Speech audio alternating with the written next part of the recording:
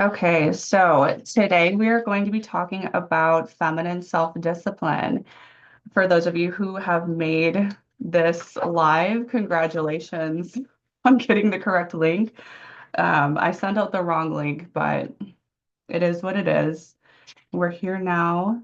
For those of you who are joining us live, welcome. I am going to be covering the topic of feminine self-discipline today so that we can, yeah, get into this. All right, so what is feminine self-discipline and how do you get it? I have all my notes here. Oh my gosh, this has been so crazy. So we're talking about self-discipline. Normally we think self-discipline, you have to be like super organized, super get all your shit together, get all your ducks in a row. My experience has not been that. So we're going to go into how you can be self-disciplined as a woman without like getting everything like perfectly structured. You still have to have structure, you still have to have organizational skills, but getting everything perfect and having everything like perfectly aligned is not necessary. And we're going to go into why. So what is self-discipline? What is feminine self-discipline and how do you get it? Feminine self-discipline is really just emotional discipline. Feminine self-discipline is all about um, getting on board with what you want, having your emotional discipline in order, and it's not, which isn't about controlling your emotions necessarily. Self-discipline, like emotional mastery, isn't about like telling your emotions to go hide in a corner. It's about looking at your emotions more as an experience that you're having, not as something that you are controlled by or ruled by. So, we do that. We have emotional self-discipline by getting really deep into our bodies and paying attention to our bodies, right? So these are some things that I'm going to cover about feminine self-discipline.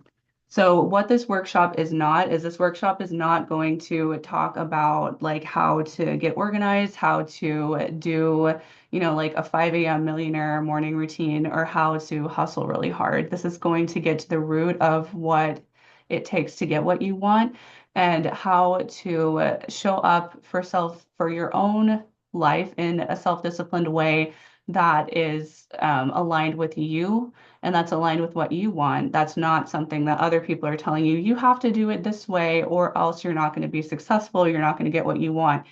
Um, Different people require different kinds of discipline. Okay, so when we're talking about self-discipline, some people do really well with that military like style of, 5 a.m. morning routine. We're gonna like get up and we're gonna do this and we're gonna hustle, Some people do really well with that, and that's a good thing. Everybody needs a little bit of that energy in them, but those of us who are watching this masterclass who are here with me today, the feminine, it doesn't really work like that. So the feminine does not do the super like hard hustle, like go, like we need to get all our shit together today and we need to have a really hard structure. If you're more intuitive, if you're more flowy, if you're more of a feminine person, then what you need is actually more of a rhythm, which we're going to go into. So who am I and um, how did I get here and why am I talking about this today? So, my name's Carly. I am a women's life coach right now. I'm focusing on self-discipline in women because self-discipline and emotional mastery are absolute foundations of the feminine. So, when you're a feminine woman and you want to start getting what you want, having a foundation of self-discipline and really integrating your inner warrior, as it's called in the Jungian kind of psychology fields, is how you cultivate that self-discipline. So women are more flowy, we're more free. We like to be like, I don't want to do a routine. I don't want to have to do any of that. Um, and like we're taught that self-discipline is hustling like a man and showing up and like just doing it. Like there's the whole Nike slogan, just do it, which is absolutely a great slogan if you can apply it to yourself and do it in a way that works for you. Okay. So who I am, as I said, I'm Carly. I am a life coach working with women who love to be feminine, who are very spiritual, and uh, I used to struggle really, really hard with self-discipline. So I used to have a lot of issues with paying my bills on time. I didn't know how to eat very well for my body. I was not able to hold down a job. I was the kind of person who, when you think of like the typical like hippie spiritual like kind of person, that was me. I couldn't hold down a job. I was always like going from one place to another. I was a stripper for 8 years. So like strippers are very transient. I didn't really have, I've never had like a job in my 20s since I started working. And I was never able to pay my bills on time. I was making great money, but I couldn't, my electric was always being cut off. So it's one of those things where, and I had like a really bad credit score. I couldn't text people back. I didn't even have a phone for like a year. I didn't have internet for a couple years. I was like borrowing my friend's internet. I was a mess. So I didn't know how to do anything. I was in complete maiden helplessness mode, and I could not get anything done. I couldn't, every time I made money, it would just disappear, it would just leave. And every time I tried to do anything that I wanted to do, it never happened for me. I couldn't make anything happen. And um, I couldn't get anything to work for me. I felt like I had unlucky girl syndrome. And I felt like I was just cursed to never be self-disciplined because I was so intuitive and because I'm creative, because I'm an artist. I was like, it's just not for me. It's just not going to work out. So now, because of all of the work that I've done on myself, I have a business. I've had two businesses that have supported me. I have this business that I have now with coaching, and I am working full time in a corporate job where I am being promoted, even though I'm not looking to be promoted because of how well I show up for myself, how well I show up for the work. My credit score has gone way up. I don't have any problems paying bills anymore. I don't have any problems, even though I'm making less money now than when I was a stripper. I definitely don't have the issues that I had with discipline back then. And we're also going to touch on some topics about men. So when I was in that space, I also had no self-discipline with men because men and self-discipline and money are all kind of tied together. When you don't have a good relationship with your inner masculine, you're not going to have a good relationship with men, and you're not going to have a good relationship with money because you don't know how to put that energy within yourself outward because you don't really have any control over it within. It's the opposite for people who are super disciplined. So in men, you notice when they have no ability to access their inner feminine, you'll notice that they're like a little more tyrannical in their discipline. They're a little less. There's absolutely no movement. They're like, I'm going to get up at 5 a.m. every single day. And there's absolutely no like listening to the inner voice within. It's just kind of a bulldozing effect. So for men, it's kind of the opposite, or for people who are more masculine or who've been brought up on that really hard, rigid self-discipline system, it can be the opposite. So instead of being like all in the flow and having no self-discipline, they actually have an overabundance of what they think is self-discipline. But what I'm actually saying is just self-torture. So there's a difference between what I call feminine self-discipline and what we're taught is self-discipline in society, which I call torture. It's just self-torture. So instead of saying you have to go and do this thing that you don't want to do, which is what we're taught self-discipline is, what I say is get all of yourself on board with doing that thing. And if you're not on board with it, then we need to find a different option. And I'm not talking about, I don't want to go to the DMV today, so I'm, or at all ever, so I'm just not ever going to go. With little things like that, you could just kind of have to make yourself do them sometimes. But I'm talking about really big lifestyle things like going to the gym, getting exercise, eating well, having really like solid, um, having really solid routines in your life. So, hi. So having those really solid routines, when we have the feminine self-discipline, what we're doing is we're going more with the flow of what we're wanting instead of thinking about this from what I call the tyrannical masculine perspective. So let's get into it. We're going to go into a meditation where we are meeting our inner child and meeting the inner child within us that has experienced the kind of discipline that we grew up with and the kind of discipline that we're taught that we're supposed to have. So let's take a deep breath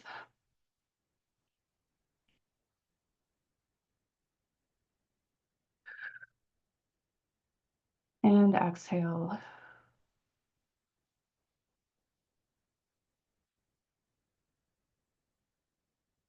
Take a deep breath in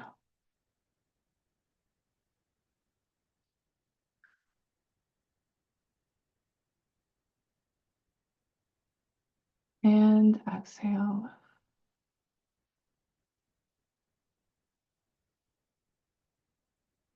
We're going to take one more deep breath in and out.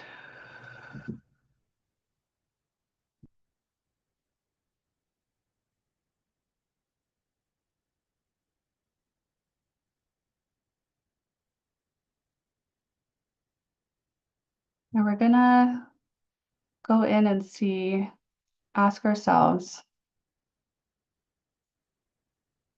when I think of self-discipline, what do I think about? What feelings come up for me? Is it a reminder of how harshly I was treated? Was I ever met in my needs as a child when it came to self-discipline? Was what I wanted considered or no? Who did I learn self-discipline from?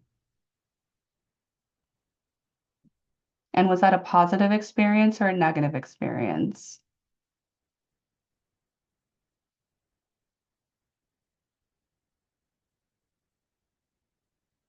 And just take yourself back to those first memories of when you learned what self-discipline was. Maybe you were in school and your first memories of self-discipline was your mom saying you just have to go to school.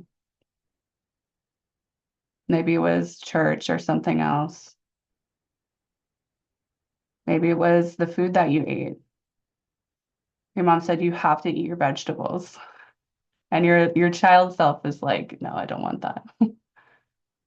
How does your inner child react to being taught your association with self-discipline?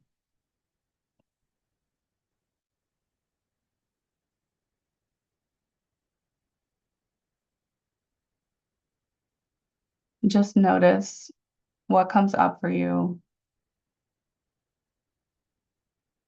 when you witness your first memories of self-discipline.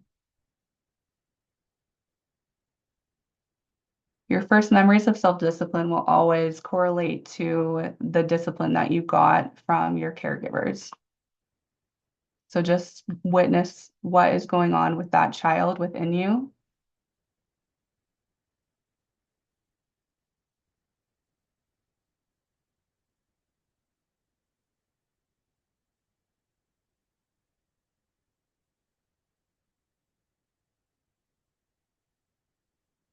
and just notice what's coming up for her.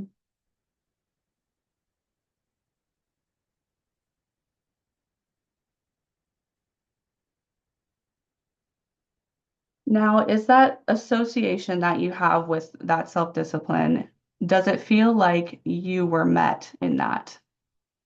Does your inner child feel like, yes, my needs were met, and I know exactly why I'm doing this, and I know exactly the reason that this is happening. I know why I should be doing this, and this feels good to me. Or does your inner child feel something different?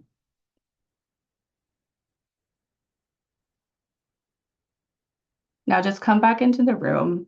And for most of us, that first experience of discipline was not positive. That first experience of discipline was something that you have to do this, and you're not going to know why. And it's just because I say so.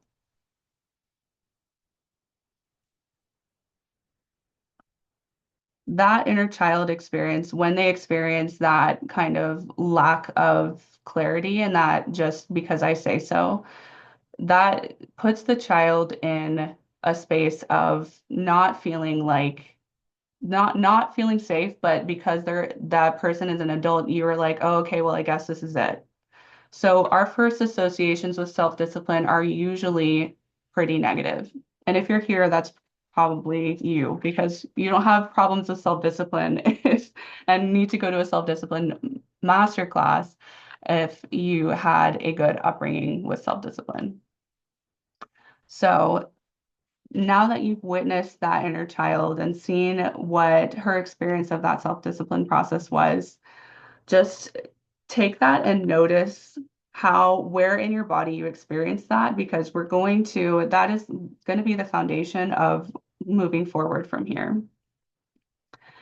So if your needs were not met by the parent as a child, you're not going to know what that you can have what you want or what you want and why you want it. The foundation of feminine self-discipline and any kind of self-discipline practice is emotional mastery and knowing what you want and why you want it and getting all of your parts on board. Okay. So knowing what you want and why you want it is extremely important because without this knowledge, you can't go for what you want. And how we go for what we want is by really understanding our values and the core foundation of who we are and what we are wanting. This sounds simple, but it's really not, because if you were raised with parents who did not take your needs into consideration when they were disciplining you, they just said you have to do this thing. So they're basically telling you what you should do, not really asking you what would be best for you or what you were wanting. And I'm not saying that that's like a good parenting tactic to like ask the child what they should want to do, but the not taking your needs even into consideration is going to have you associating discipline with not getting your needs met and not getting what you want. So you're going to be like, oh, well, I actually don't want to go to school. I didn't want to do that thing, but I was made to do it. And that's discipline to me. So when you have these associations with self-discipline, you're like, there starts to become a split in your psyche where you think that what you want and what you're supposed to do are different. Okay. So self-discipline is really getting rid of those limiting beliefs that say that, and then not necessarily meeting in the middle, but like integrating these parts that think those different things and getting them on board.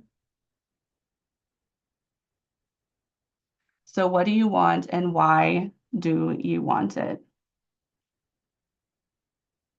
If we don't know what we want and why we want it, we're never going to be able to be self-disciplined because that foundation of knowing what we want and why we want it is the core. And if we're told as kids that we can't have that thing and we want something different because we're supposed to want to go to school, we're supposed to want to do something else, we're supposed to want to be more disciplined or like have all this discipline towards something that we don't actually desire. We're going to associate what we want with being bad, essentially. So really getting to the root of who we are and what we want is about getting out of that, I think I have to do it this way mentality and getting more into, I know exactly who I am and I know exactly what I want. And we know exactly who we are and what we want because of our values. We are inherently born with certain values because we come down here to earth with a life path that we've chosen. And the values that we have are born within us. They're something that is always going to be part of us. They're part of our genetic makeup. This is something that you see in human design, astrology, what is called the destiny matrix. All of those things, these things are basic foundational blueprint, and they're part of your DNA. Your values are part of your DNA, so they're inherent. And the reason that I'm saying this is because it makes it really, really easy to get to your core values when you understand that they're part of you. They're not something that you make up. They're not something that that somebody else needs to tell you what they are. They're something that is inherent to you, so you always know what they are, even if you have been gaslit out of them. Okay, so we're gonna do a little values worksheet where we're asking ourselves some questions about what our core values are. And values are so foundational to self-discipline because without knowing who you are and what you want, you're never going to all 100% be on board with what you're doing. There's always going to be a part of you that's like, I don't want this. I don't actually want this. So the part of you that needs to have that self-discipline, you need to have that foundation of I know who I am and I know exactly what I want. Because without that, 100% of you is never going to be on board. So let's go into um, the values notes, questions. Yes, here they are. I have so many notes. Trying to figure out why I can't see myself on here. Like I can see you, Natalie, but I cannot see myself. Oh, show self view. There we go. There I am. Okay. So take out your pen and paper and your notebook and please write down these questions. These questions do not come from me. When I was doing values work, I had teachers who had taught me these questions. And so the two teachers that I'm using these questions for, and these are extremely good questions. There was one night several years ago that I just sat down and wrote down all my values. And that really got me so solid in who I was. From that moment forward, I realized I could not continue living the same way that I was. It took like 6 hours or something. It was a long process for me, but I had a lot to work on. So these questions come from a woman named Adriana Girdler on YouTube and Teal Swan, who's really, really good with values. Um, the questions are as follows, so make sure to write these down. There will be a replay, so if I'm going too fast, you can ask me to slow down or just like rewind the video. So the questions are, um, would you sacrifice this value for money? One. In times of stress, have you ever sacrificed this value or lost this value? And I want to make a caveat to this question because this is a question from Adriana Girdler. And I noticed when I was doing this that I did sacrifice my values in times of stress because I had a lot of trauma.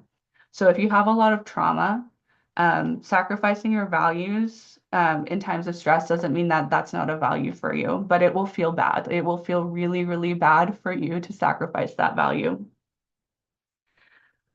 Um, Question 3. In 25 years, will I still value this? Is this something that I'm still going to value in the future? And it can be 5 years from now, 10 years from now, 50 years from now. Am I still going to value this at the end of my life? Love that question. Question 4.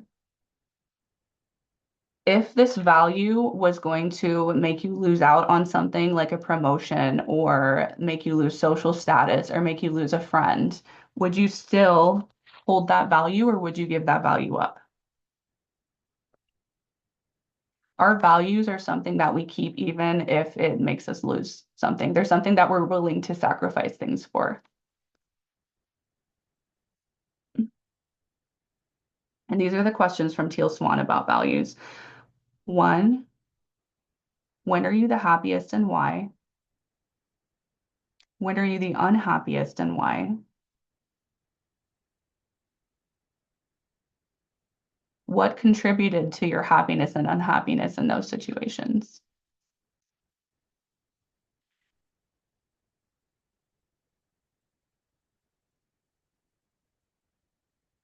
When were you the most proud of yourself and why?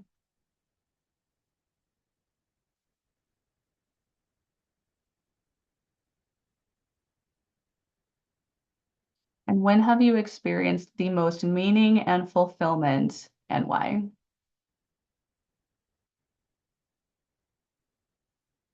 My values, when I did this, I realized that my number one value in life is growth. That's not a value for a lot of people, which is fine. But if you're here, you probably have growth as a value.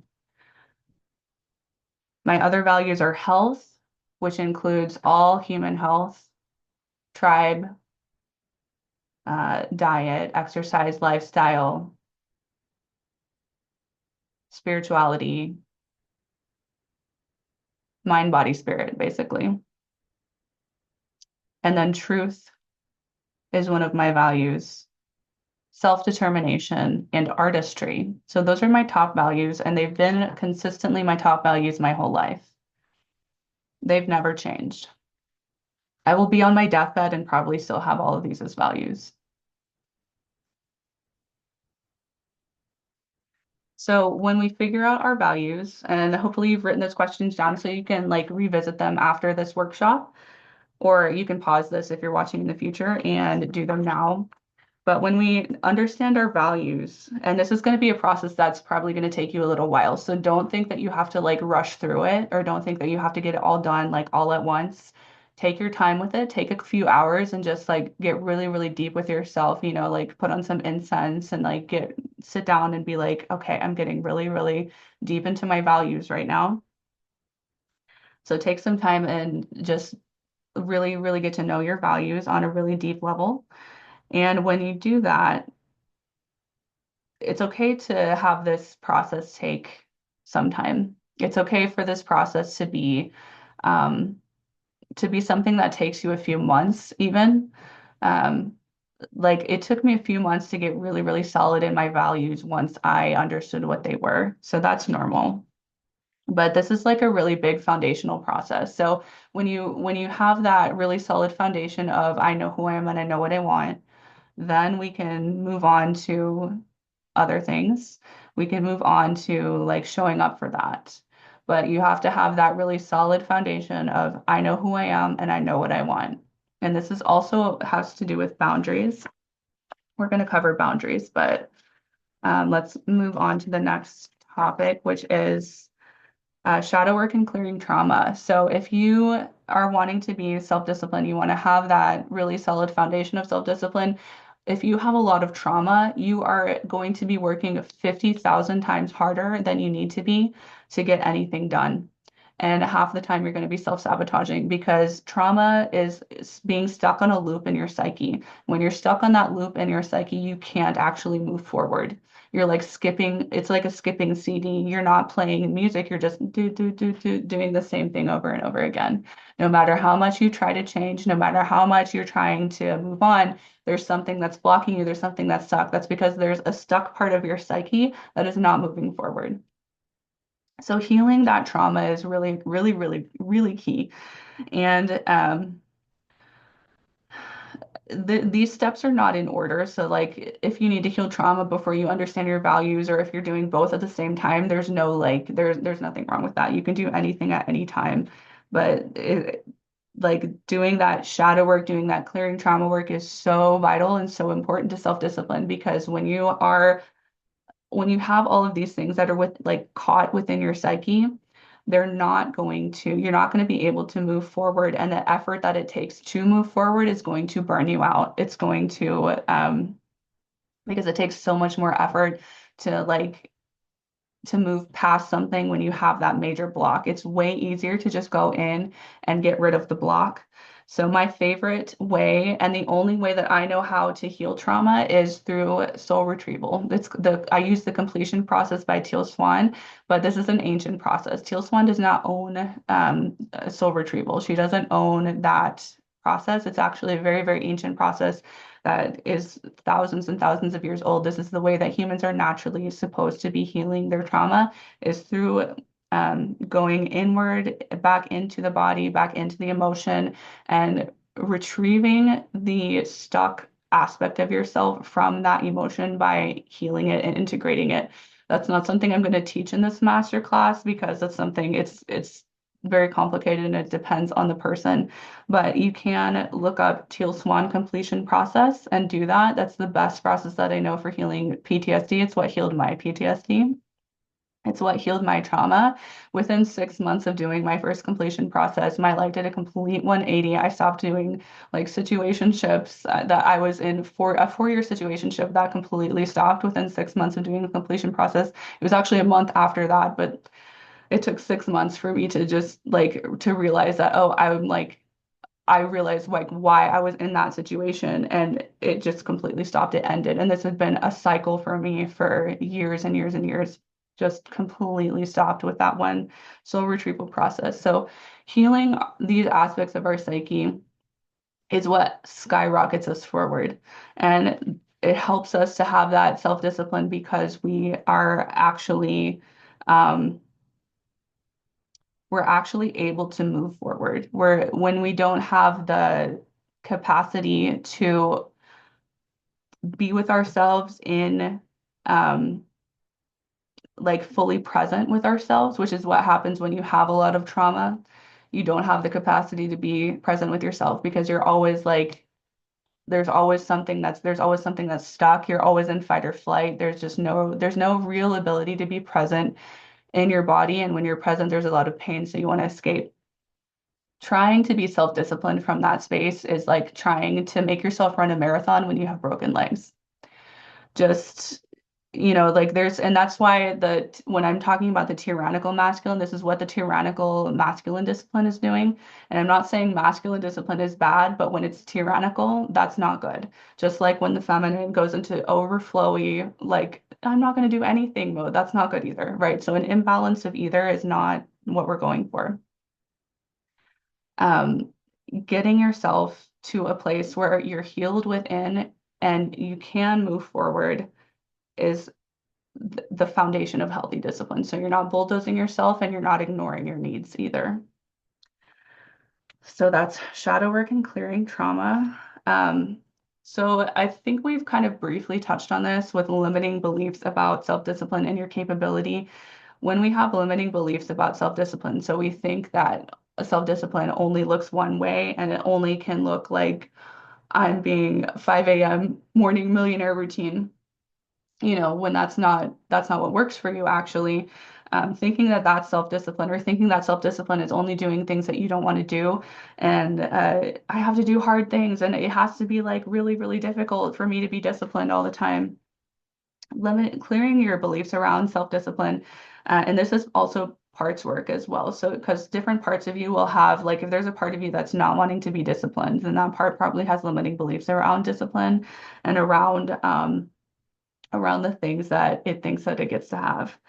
So I can do hard things and it gets to be easy is a really big belief that I have. And self-discipline and discipline in general is not easy, but it is the easy choice. Okay. It's easier because I know what I want. I have that foundation of knowing what I want. So now I can go and do the thing that I need to do, even if it's hard. It's an easy choice for me to make that. And I'm not stuck because I don't have trauma around anything that's keeping me stuck there anymore. Okay. So limiting beliefs. Let me see where I'm at here. The limiting beliefs, my favorite process to use for limiting beliefs is Byron Katie's The Work. And I do this with my parts and parts work as well. We're going to touch on parts work in a minute. I haven't touched on parts work yet, but we're going to touch on parts work. We've done that. Oh, parts work is next. So perfect. That's great timing. So when we have parts of us, we're all different. We have all these different aspects of our psyches. And when we have one part of us that's stuck in the past, and then one part of us wants this thing, and one part of us wants another thing, things can get really messy. So I know that when you wake up in the morning, you're a different person than when you go to work. And you're a different person when you're with your boyfriend or your man or whatever than you are when you're alone. That's not a bad thing. It's just how people work. It's how consciousness works. Consciousness splits itself into different aspects all the time. The point of parts work is to bring all of those aspects on board and online. So we want to bring all of our aspects on board and online, and we do this through inner dialogue. It can look totally different ways. You don't need to be a therapist, by the way, to do this, and you don't need to like have any kind of degree to do this. This is a natural process, just like the completion process. It's the same kind of thing. This is a natural dialogue that we're always having with ourselves. When you're talking to yourself in your head, you're having a conversation back and forth with your parts. You just don't know it. Now you're gonna know it, but before that, like you're like, oh, I'm just talking to myself, and you're actually having a conversation. You're having a dialogue. That's why there's one part of you that's really nice to you. There's one part of you that's really mean to you. And when you can integrate those parts and you say, like, well, this mean part is this inner critic, this person, this inner bully is being mean to me. Why are you being so mean to me? And I'm going to give you an example of parts work through this. So you'll ask yourself, why are you being so mean to me? The inner critic says, because if I'm not mean to you, then you're going to fuck up, you're going to lose, you're going to, really mess up your life. So the inner critic is really doing you a big favor, right? So, and you say, okay, well, thank you so much. I can see how you're benefiting me in this way. So your inner critic's not really trying to sabotage you, but it is. And it may not know that. So you can say something like, and this is self-sabotage too. So this is why self-sabotage, um, why self-sabotage is so frustrating is because it's a parts conflict. So if you're having a parts conflict between these different aspects of yourself, um, that, for example, inner critic part is going to be like, we can't do that because if we do that, it's not going to work for us, and we're gonna be like losers, and we're gonna die or whatever. And then there's the part of you that wants to do that thing that's like, oh, okay, if you come at it with a conscious perspective and you're like, I want to understand why you have resistance, why this inner part of me has resistance to doing this thing, then you can get those two parts on board. Does that make sense? I hope so. Mm. So when you're doing parts work, if you're struggling really bad with self-sabotage and with like, I want one thing, but I'm doing another, that's what you need to be focusing on is the parts work, the inner work, and working on your trauma at the same time, because some parts are like still, if even after you've healed, some parts are still attached to the trauma and they don't know it. So you can go in and say, are you aware that, you're part of a larger perspective? And are you aware that we've healed this aspect of ourselves? And a lot of the times they're like, oh no, I didn't know that. And they vanish. So I did a parts work session with myself a couple days ago where I met an aspect of myself that was 3 years old. And when I asked her how old she was like, oh, I'm 3. I didn't even know. And she just vanished. She just like fully integrated within my system and she's gone now. So I was like, oh, okay, that was easy. And parts work is something that you get better at it as you go and as your inner system kind of becomes more integrated and more whole. It's something that uh, your parts start to trust you more. So when your parts start to trust you more, it's easier for them to come on board with what you're doing. And this takes some practice. It's having a relationship with yourself. So you're having a dialogue back and forth with yourself and what you want and what you need. So for example, there was one, what is an example I can give you that is something that I've worked on with my inner parts? I had a part that wanted to, um, that really wanted to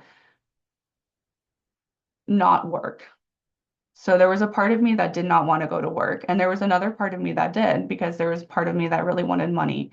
So the part of me that did not want to go to work, I was like, well, why don't you want to go to work? And that part, me and that part had to have a dialogue about its limiting beliefs. So I was in the parts work session, I was asking that part why it wasn't wanting to do the things that I wanted to do. And it said things like, if I go to work, then I'm going to be a slave. I'm not going to be free, things like that. So having to work through those beliefs and that's a very unique individual process that you're going to have to do for yourself. So doing this belief work, doing this parts work, doing these kind of self-discipline, this is going to help you get really, really on board with that self-discipline. This parts work is the most important key to self-discipline when you have self-sabotage issues going on. So you're like, I want to do this thing, but I'm actually not doing it. It's parts work, and you have to know what you want. And you have to do the shadow work and clearing trauma. So, um, I guess I want to talk about fear of discipline and commitment because I think those are the main three things that you really need to do is that knowing who you are and what you want, that parts work, and then that shadow work and clearing the trauma. So I really want to get into like a little more practical steps now that I've learned that have really helped me with self-discipline. I had a really big fear of discipline. As I said earlier on this chat, I used to not be able to pay my bills on time. So, and the reason was because I was really, really deeply afraid of commitment, and I was afraid of being self-disciplined because I grew up in a family that showed me that self-discipline was just doing things that you didn't want to do. And I said, well, why would I want to be disciplined if I'm just going to have to live a life I don't want to live? So sorry if you can hear that ice cream truck. I don't know why he's so loud. My window's open, but so if we can clear the fear of self-discipline by getting to the root of the limiting beliefs about why you're fearing self-discipline and why you're fearing commitment and getting those parts more on board um, with what you're wanting, if that makes sense.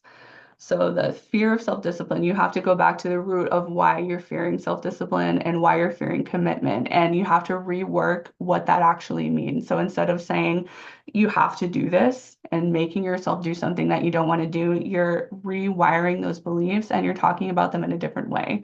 So instead of you have to do this thing that you don't want to do, it's we get to do something that we want to do to get a result that we want. And it's about showing yourself that you're capable of doing that thing. So for me, self-discipline is actually really fun. I love being self-disciplined, and it's because of all of these things that I've gotten myself on board with. I've gotten myself on board with the shadow work. I've healed the trauma that I have. I've cleared the limiting beliefs that I have around self-discipline. I know who I am and what I want, and I get all my parts on board. If I'm not doing something that I say I want to do, it means that there's a part of me that doesn't want to do it. So I go into a parts work dialogue. And some other tips for self-discipline is getting your diet and lifestyle on check. So knowing who you are and what you want is part of this.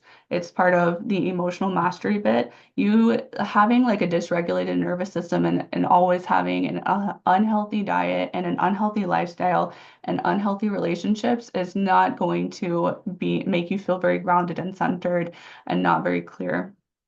So really getting on board with your diet, your lifestyle, and the diet that's best for you, getting sunlight, getting exercise, cutting off toxic people, and that's boundaries, which also comes from your values. So knowing who you are and what you want, it always goes back to that. So know who you are and what you want and cut out what does not apply to you in that area. And health is very, very important when it comes to that emotional mastery, that emotional discipline. Okay.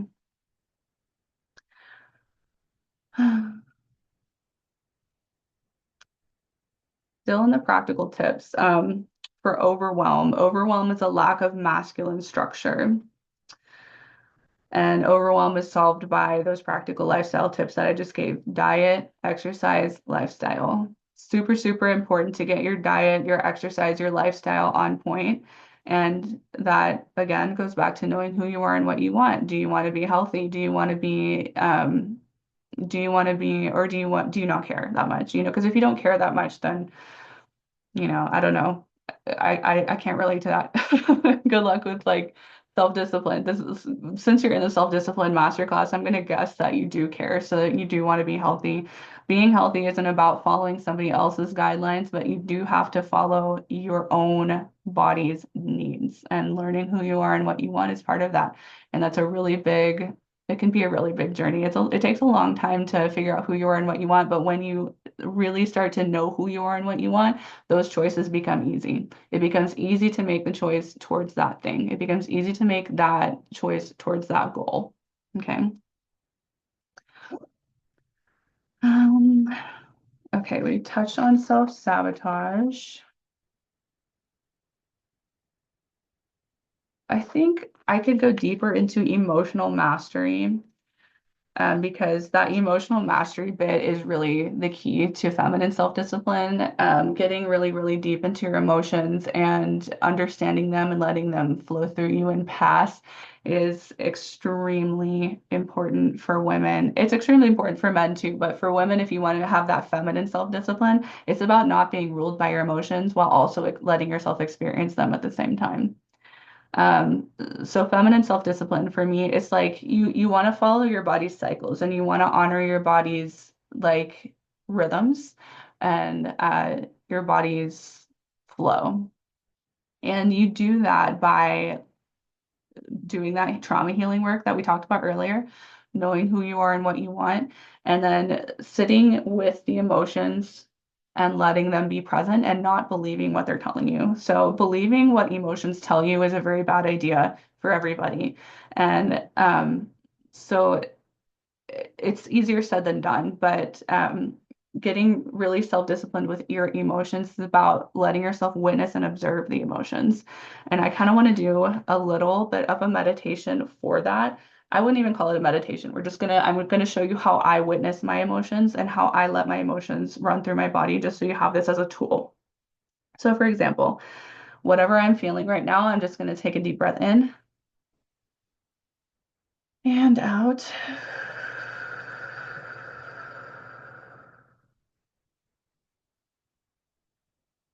I'm going to imagine myself walking because I'm really in like a headspace right now because I'm talking. I'm going to imagine myself walking down from my head through my throat and into my body, into the heart area.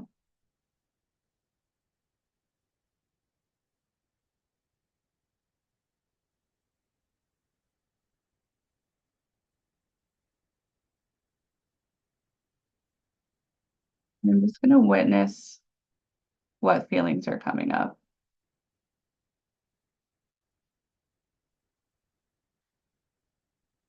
And when you're in your body, the feelings are going to show themselves as visuals or sensations. They're not going to show up as words, and you're not going to have the urge to talk about them. You're just going to be noticing them and experiencing them.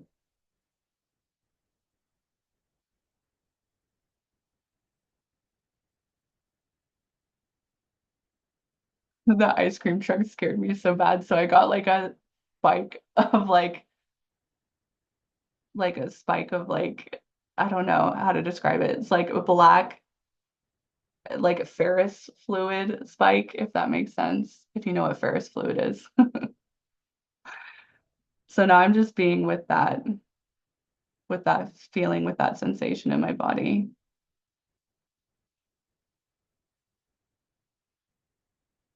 And emotions and feelings are different. So I'm just kind of feeling that feeling. That was more of a feeling than an emotion. I'm not super emotionally charged right now. I'm actually feeling very calm. So the emotion that I'm witnessing in my body right now feels like a blue wave, like a really kind of peaceful blue wave that looks like that. That's why I'm moving my arms like that. I'm just witnessing that.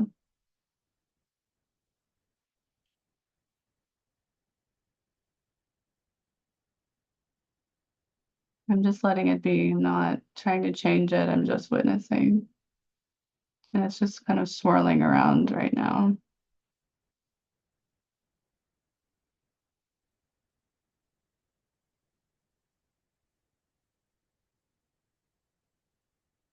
And it just changed for me into this like kind of pop of like orange excitement because I'm excited to be here. So that's how you work through emotions. You're not supposed to like, I mean, you can journal about them. Journaling about your feelings to understand something is very good. But when you're trying to just witness your emotions and witness what's going on in your body, just sitting there and watching them change is the most important thing. that you can do, especially if you're in a heightened state of emotion, like a really restless state or an angry state or something like that, so that you're not controlled by that emotion. Just let it be there, let yourself feel it, let yourself process it. And when I say process it, I don't mean you need to like think about it and write about it. I mean you need to sit there and let it work through you. So this isn't you being controlled by your emotions. This is you sitting and witness to your emotions, of your emotions and feelings.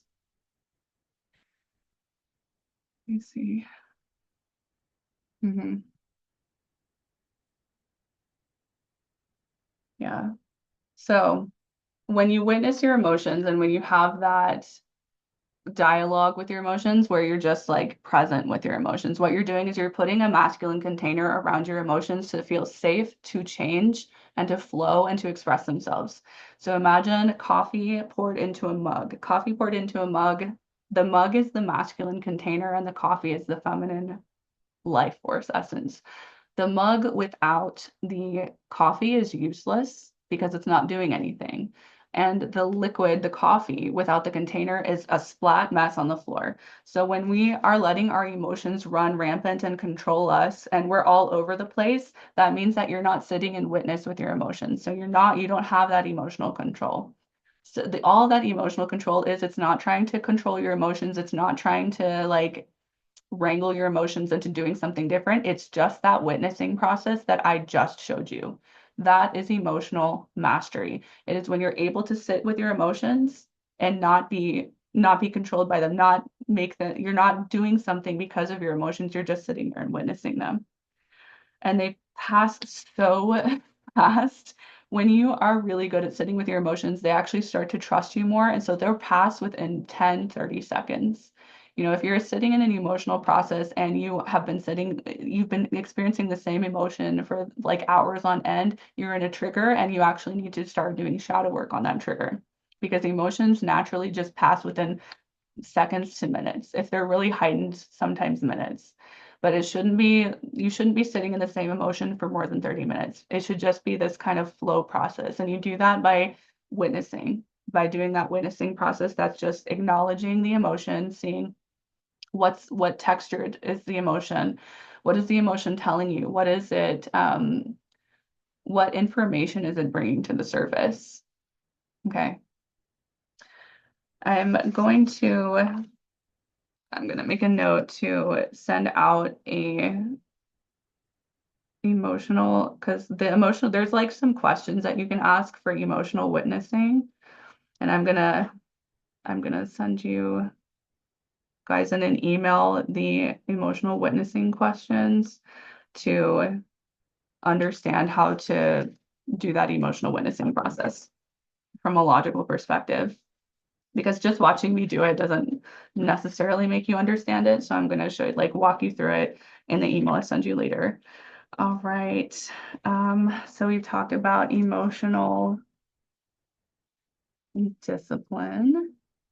And this emotional discipline, it applies to everything. So it applies to men, it applies to work, it applies to your relationships, it applies to if you're stuck in traffic and you're really mad.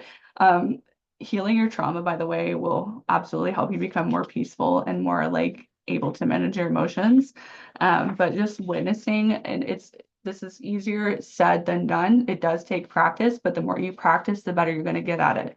And the better you get at it, the more you will be able to be self-disciplined because you're not ruled by your emotions anymore.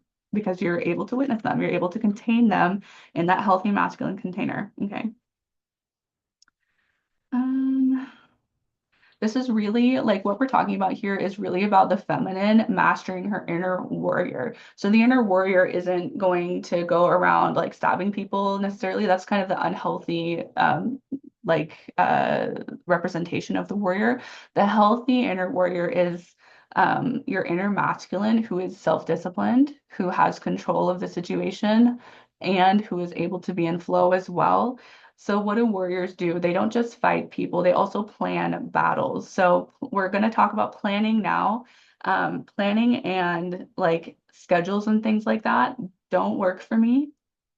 I'm not saying I don't ever have a schedule. I do write things down and I do have like dates that I do things. Obviously, I'm here on doing a master class that I planned and scheduled for. But what I'm saying is that was something that worked with my cycle. It was something that worked with my flow. It was something that I knew what I was going to be in the mood for today because I know my feminine body. I know when I'm feeling the most chatty. I know when I'm feeling like I know that I need to do this right now. And sometimes you're not always able to do that, but that's kind of where the emotional discipline and mastery comes in. I was able to do that because this is my business and I can like do it however I want, which is great for me right now. Um, so like schedules and like routines, those things don't work for me and they don't work for a lot of really feminine women. What I've noticed works best for the feminine and more intuitive people is rhythms. So instead of saying I need to do this at this time, I'm going to wake up at 5 a.m. and have my millionaire like morning routine. Instead of doing that, I have a list of things that I need to get done and it's not a big list. It's like three or four things tops. And I'm like, okay, at some point during the day, I'm going to be inspired by God to do these things at some point. So I'll get up and I will immediately go to the yoga mat because my yoga mat's out. And I make it easy for myself to do these things. Okay. So I make it easy to get down on the yoga mat and do those things because it's right there. It's right in front of my bed. So the second I wake up, I'm like, I can do yoga. Okay, so that's an example of a rhythm versus a strict like scheduled routine. That really works for me. So doing things like that is just kind of like as you go throughout your day, you're doing these things that work for you. So as you go out through your day, you're picking up the trash and you're taking out to the curb because you're on that way, you're doing that. And then you're going and brushing your teeth because you're on the way to do that. And you're doing it's you are fitting the things that need to be done into life rather than you trying to force things into a timeline that doesn't work for you or that feels unnatural to the way that you like to flow through life. Okay. I hope that makes sense. The rhythms versus routines. Um, I think we're almost done. I I think I've covered everything. I'm just looking at my notes because you know, oh, self-discipline blocks are shame blocks. So if you have, this is like what we're working on today is really sacral chakras. Is it sacral chakra? Root sacral. So yeah, it's a sacral chakra which is shame. So if you have a lot of self-discipline issues, you have shame issues, and shame is healed by doing the process, the completion process that I was talking about earlier. It's by going through that journey work, which is a body work process as well, because you're going into the body to unstick the emotions. The completion process is amazing because it's both mind, body, and spirit work. It's all three. So getting a completion process practitioner, or you can do it for free. I think it's for free on Teal Swan's website. She also has a book. She's not the only one who does it, but she's the best in my opinion because she's so accessible and she goes so deep with it. She really, really teaches you how to do it yourself. Um, so the shame blocks with self-discipline, it's always, I don't believe that I deserve to have what I want. So if you don't believe that you deserve to have what you want, you're not going to go for it. You're not going to go and get it. You're not going to take the action that you need to take, and you're not going to do the things that you need to do to work towards that. So really facing that shame, it's hard and it doesn't feel good, but it is so, so, so necessary to get that foundation of healthy self-discipline that you're wanting, that you're saying you're wanting. And if you're having some trouble with this, if you're like, I want to be self-disciplined, but I'm not actually showing up for myself, this just keep going back to what do I actually want? Do I actually want to be self-disciplined? Because there's going to be part of you that says no, and ask that part why it doesn't want to be self-disciplined. And then have a dialogue with that part. Are you ready to be self-disciplined? It's also okay to not be ready. There have been times in my life when I'm like, I want this thing, but I'm not ready for it, so I'm not going to go for it yet. Okay, you can give yourself that space. You don't have to get all of this done all at once. It's not like a really like rah 5 a.m. workout routine process where you're forcing yourself to do it. Self-discipline comes very naturally when you are aligned and when you are aligned with who you are, what you want, when your trauma is healed, and when you're living with your values, it becomes the easy choice to be self-disciplined from a healed and healthy space, from a space of realizing that not being self-disciplined is an act of self-hate, because it is ultimately. It's an act of shame. I don't believe I deserve this. I don't believe that I'm worthy. I don't believe that I can have this. That's shame. Okay. So, uh,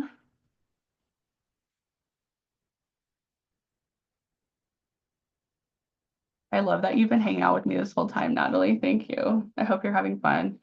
Um, let me see where we're at because we're almost done. I just want to make sure that we've covered everything. Self-discipline. I want to touch on anger, and we're also going to touch a little bit on self-discipline with men because it is, thank you, because self-discipline with men is a little trickier because it's like you're in kind of like a relationship, right? So, um, sexual discipline, all self-discipline, as I just said, is a shame thing. So if you're having issues with self-discipline, you have issues with shame. So really, I really don't feel like I need to go deeper into that because when you start working on your shame, you're just going to naturally start to be more self-disciplined. Um, I want to talk about anger. So anger tells you who you are and what you want. And if you have a block around that anger, that angry part of yourself, then face that as soon as possible because that anger is where your boundaries are, and your boundaries are about who you are. So boundaries are really, really important. This goes back to who you are and what you want. And who you are and what you want can also be informed by anger, is always informed by anger. So anger is not one of those emotions that you should throw away. It's one of those emotions that you should say, oh, thank you so much for telling me that. Anger is always one of those feelings that's like, this is telling me exactly who I am, exactly what I need. Anger is a line crossed. It's a line crossed where your needs are not being considered. You should be angry when your needs are not considered. And when your needs are not considered, that means who you are is not being considered because your needs are part of who you are. Okay. Um, anger. I'm probably gonna have to make a part two because there's just so much information that I could say, and I want to keep this as simple as possible with those three core things: the knowing who you are, the healing your trauma, and then the parts work, because those are really the energetic foundations of self-discipline. And I don't want to like overcomplicate this and make it longer than it needs to be, but I'll probably end up doing a YouTube video or something about this. But let's touch on mastering your relationships with men and self-discipline with men. I have quite a few women who are like in my inbox, like, I can't control myself with men, and I'm having issues setting boundaries with men and things like that. So if you're having like issues controlling yourself with men, I do not believe that you know who you are well enough because you don't understand your body, you don't understand how your hormones work, and you're not understanding that you don't have those really hard line boundaries of self-discipline. So you haven't accessed your anger yet. You need to get mad. You need to get mad at the men who are using you. You need to understand that the female body has totally different needs than the male body, and you can't just sleep with anybody and expect that to like go well and expect to like really understand who you are and what you want, because you're disrespecting who you are and what you want on a fundamental like body-based level by not having higher standards for men. So part of really mastering emotional discipline with men, and part of mastering that like detachment from men and like decentering men, like the girlies like to say today, is understanding who you are and what you want. And understanding that is about understanding your female body. And women don't want to hear that because women are like, but why can't I do everything? You can, but look at the consequences. Look at you can do whatever you want. Like I did, like I had a whole hoe phase and I absolutely loved it. I had a great time. And I realized it made me realize that I was like, I can't do it. I don't want it. I don't want to do that. It's not fun for me actually to do that. And when you really look at who you are and what you want, you're gonna feel like I realize that I'm doing this from a place of shame because I don't believe that I can have better. That is how you start mastering emotional discipline with men because you realize that the way that you're letting yourself be treated comes from a core foundation of shame and you haven't accessed your anger around that yet. So letting yourself be treated poorly by men and then like even initiating being treated poorly by men. Like I used to initiate being treated poorly by men by dating guys that I knew I wasn't attracted to and dating guys like just to string them along. Letting yourself do that is about it's about several things, but it's like there's a control element of wanting control because you don't believe that you don't want to be rejected, so you want to be the rejecter. And then there's that deep shame because you don't feel like you can have a man that you want, and you don't feel like you can have something that's honoring of your body and honoring of your system. So mastering detachment from men, you have to understand your body and this goes back to that knowing who you are and what you want. And you have to remove yourself from the situation long enough to see clearly because your hormones, if you're around a man, if you're talking to a man all the time, if you are um, like sleeping with a man all the time, your hormones are the ones in control because how the female body works is when you're having sex with a man and when you're spending time with a man, your body's like, oh, this man must be safe, even if he's not actually a safe man. So removing yourself from the situation puts you in the driver's seat and puts your hormones on the back end. So you need to remove yourself from the situation for as long as it takes for you to get clear on who you are and what you want and what your boundaries are. Um, I think that's really the foundation of self-discipline with men. For me to go deeper, I think I'm gonna have to make like another video because I could go on and this will be like a 2 hour workshop if I keep going. So I'm gonna stop there and let that be what I say about uh self-discipline with men. It's about knowing who you are and understanding the self-respect element and understanding the shame element involved in what you're doing and then getting mad and letting yourself use that anger as fuel to have better boundaries. Because anger is not a bad thing. And we're taught that it's a bad thing when it's not. Self-sabotage. Yeah, we covered that. There was this like helpless maiden energy that I wanted to talk about. There's when we have that helpless maiden energy and we refuse to be self-disciplined and refuse to get a job, that's all about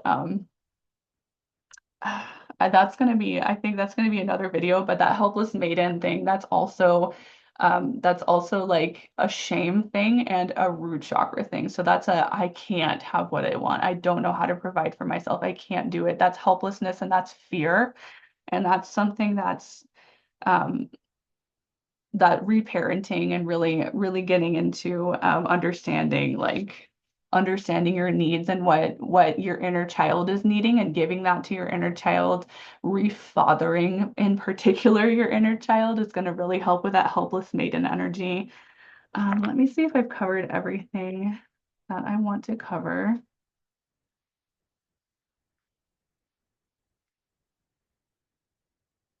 Perfectionism. So perfectionism is going back to the shame. Perfectionism is shame. If you need everything to be perfect, it's because you don't feel like you're good enough. So heal the shame around that. Self-discipline blocks and perfectionism are both the same thing. They just have different, they express differently. So perfectionism is like, I have to be perfect. And like, I can't be self-disciplined is on the other end of that, where it's like, I don't want to do anything. They're both shame. Um, yeah, I think that's it. Oh, Q&A. I have some questions from Instagram that I'm going to answer. So let me pull those up. I had several people ask several questions. So how to know when to prioritize rest versus escapism. I did answer this in a video the other day, but rest versus escapism is about, um, again, going back to what you want. versus is this something that I'm rest versus hang on. Yeah, going back to what you want and like really getting uh deep into like, am I showing up for this in a way that is productive or unproductive? Um, Escapism is always going to feel like something's off. Like you're like, there's something I need to be doing in the back of my head, but I don't feel like doing it, or like I'm avoiding doing it. It's always going to feel like there's some kind of avoidance element. So escapism doesn't feel good. Rest does. Rest feels deeply nourishing. And I think I said this in my video the other day. If you have guilt around rest, you're going to have to work on that guilt and ask yourself, is this my guilt or is this somebody else's guilt? And give that guilt back to that person because rest is natural, rest is your birthright, and you get to rest. Okay. So escapism comes up when my throat is so dry. Escapism comes up when we are avoiding looking at something. And if we're avoiding looking at something, it's usually because we don't believe that we can have that thing, or we are avoiding doing something hard that we are trying to make harder than it is, if that makes sense. So let me see if I can find an example. Okay, so I'm playing video games instead of writing an email. So I need to write an email, but I'm playing video games instead. I don't think this would happen to me because I have such a low tolerance for discomfort that I like if I need to write the email, I'm gonna write the email. But so I need to write an email, but I am playing video games. The whole time you're playing those video games, you're going to be distracted and you're going to be like, oh, I'm not having fun. It's not going to be fun. Rest is going to feel nourishing. It's going to feel fun and it's going to feel rejuvenating. But escapism, no, escapism feels like avoidance. So, how to get out of that avoidance is basing what you are avoiding. So, what am I avoiding here? I'm avoiding doing the email. I just need to get the email out of the way or whatever it is that you're avoiding. You could be avoiding looking at your emotions. I've noticed when I need to do emotional work and I don't want to do that emotional work and I try to like put it off, I never have fun. So just notice when you're not having fun, when you're resting, and see if you're avoiding. Okay. How do you stay disciplined in an aligned and not burned out way? And how do you connect with that cycle? So I did cover this earlier. That question is about if you want to be aligned with self-discipline, you have to get on board with who you are and what you want. And it's not, you can't be like, oh, I want this thing because my mom said it's a good thing to have, or I want this thing because Instagram told me to want this thing, or I want this thing because everybody is a travel blogger, so I should be a travel blogger and I should want to travel the world. If you don't want that, like genuinely within your soul, if that's not part of your blueprints, not part of who you are and who you're here to be, you wanting that thing is never going to get you anywhere. You're never going to be aligned. So if you're asking, how do I become disciplined in an aligned way and avoid burnout? I'm giving you the answer. The answer is know who you are and what you want. If you know who you are and what you want, and you're prioritizing your health and prioritizing your cycles, you are not going to get burned out when you go after it because you're going to be able to listen to what your body needs and what it's when it's telling you to rest versus when it's telling you to go for something. And you're also going to be listening because you're doing parts work and you're doing the shadow work, you're healing your inner wounds, and you are knowing who you are and what you want. Because you're doing all of those things, you're not going to be chasing something that you don't actually want, that you're just telling yourself that you want. Okay. How to be financially stable and secure? This one is the same. Everything that I've said in this workshop applies to every area of your life. So the financial discipline, like if you want really practical tips, Dave Ramsey is good. The Automatic Millionaire is great. It's a book called The Automatic Millionaire.